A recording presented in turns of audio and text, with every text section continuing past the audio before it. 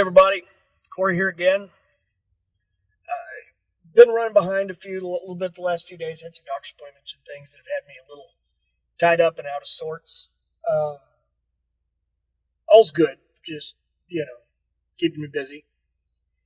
But I thought it was time to do another Why Guitarists Love episode. So today we're going to talk about why guitarists love Duane Allman. Duane Allman was one of the founding brothers in the Allman Brothers band. Greg's brother, obviously. Tall, slender guy, long red hair, mutton chops. Had a very distinct look and a very distinct sound. As guitar players go from the late 60s to early 70s, he's sitting up on top of that list with some pretty big names. When you saw him, he's likely playing a gold top Les Paul, doing his thing, playing slide guitar, frankly, like no one in rock and roll really had at that point. And it was blowing minds. Interesting story behind how he came to play slide. And I've heard this in several different interviews, several different ways. The most common one seems to be that on his birthday, he was recovering from a broken elbow or a broken arm. And he and Greg had been fighting for some time. And in an effort to not upset him, Greg wanted to just drop a gift off. So he took over a copy of Taj Mahal's newest album at the time and a bottle of Coracine for pain. Greg says he got home and 2 hours later had a phone call saying, baby brother, get back over here. and he got back over there, and it appeared Duane had emptied all the pills out of the bottle, washed the label off, and started using it as a slide. He'd never played slide before, but started playing along to a couple of their songs. The story is Statesboro Blues, but I'm not sure that's correct. And just blew both their minds. And just like that, Duane Allman is a slide guitar player now. And it was pretty wild. I mean, when you listen to songs like Statesboro Blues especially, I mean, Jesus, that's some otherworldly slide stuff. Because at that time, I mean, there were other examples, but for the most part, when you thought of slide in the late 60s, you're thinking of Elmore James and old blues men. You're not thinking rock and roll. And, of course, Southern rock was a different animal. And the Allmans were a different animal on their own. It's kind of the part of the early beginnings of jam band music, them and the Dead, bands like that.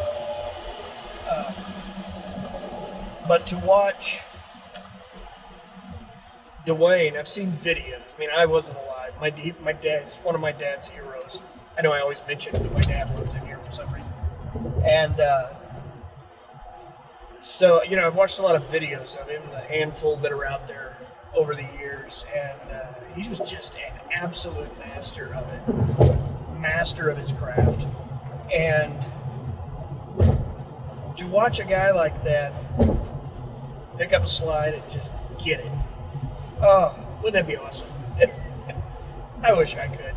Every time I try to pick one up, I'll do a lot of few notes and be like, yeah, I think I'm going to get this. And then, it just all falls apart. But for Duane, it just came easy. And he made, in his very short public life, he made a lot of good music rocking that slide on a Les Paul. One of, honestly, probably his most popular work was on Layla. Duane was one of the dominoes of Derek and the Dominoes with Eric Clapton. And you can hear him all over that album. I think it's Layla and Other Assorted Love Songs. But, top to bottom, it's a solid piece of work. And it's kind of a different side of Duane's slide playing than what you see in the Allman Brothers music. It's less Southern rock and it's more polished, in my opinion. More polished, maybe a little more rehearsed, but songs like, Layla, Bell Bottom Blues, and stuff like that, I mean, those are timeless songs that he is all over. Not to mention, it's him and Eric Clapton together. I mean, that's a serious powerhouse. When I go back and think about, old Allman Brothers music, I quite often, there are songs I'm drawn to. I remember growing up listening to Don't Want You No More, Ain't My Cross to Bear. That's a favorite. Whipping Post, obviously. One Way Out. Oh, One Way Out's great. Then there's, Jessica, Melissa, all of those.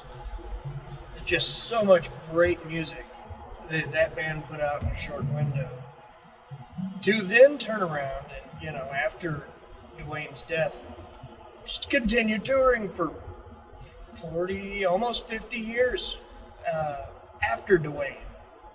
Some of on those same songs, and some of them on stuff that came out later. But, the Allmans brought in Warren Haynes, who's essentially been the replacement Duane for many years, and probably the replacement Greg, frankly, if they ever did anything again, because they had similar voices in a lot of ways.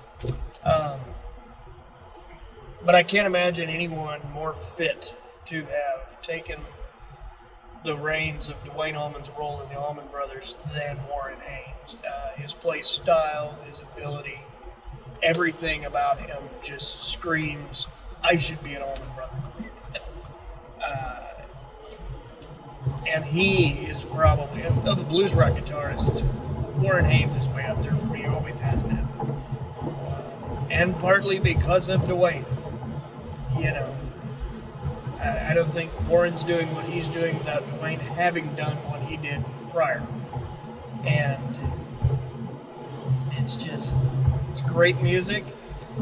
None of it's that easy.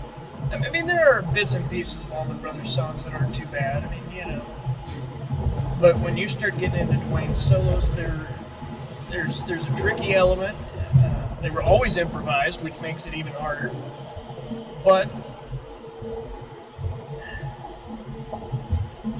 there's an element there that you just want to play. And I think that's a big key to why guitarists love any player, is this need to hear something and play it too, and feel like, you know what, maybe I'm not as good as him, but I can hang there in some of it, and we could have fun if we were in a room together. I think that matters to players. I know it matters to me. I mean, learning a new song, it isn't about copying someone. It's about being able to kind of do a little bit of what your heroes did. And it makes you feel good about yourself. It makes you feel good as a player. It makes you feel good as a person. And there's just so many reasons to love the Allman Brothers music over the years. And Duane sits right at the top of that list, in my opinion. When you listen to Statesboro Blues and the minutes and minutes and minutes of solos that go on through it, what he's doing with the slide there is very technical stuff. It's impressive, and it above all kind of talks. I mean, not in the sense that Steve Vai makes his guitar talk, but in a different way. Duane always had a real knack for that emotion, a lot of players don't have that. When you're mowing through scales at 200 beats per minute, you might have a groove, but you don't have that kind of emotion that makes music talk to you and makes it become a part of you, not just something you hear.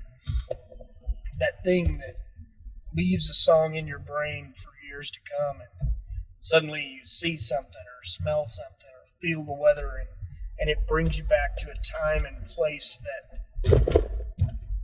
that you haven't visited in years, and it just feels good. It feels great. It's hard to get back to that point, and that emotion from a guitar can do that. So, hats off, Duane Allman. You were real beast.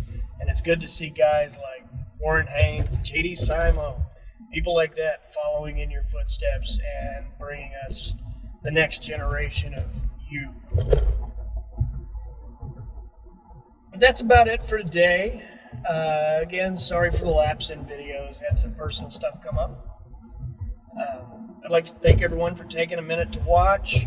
Please like, share, subscribe, comment, whatever floats your boat. We really appreciate all of those. They help benefit our channel and help us grow. And hopefully we'll catch you back here next time. Thanks for watching.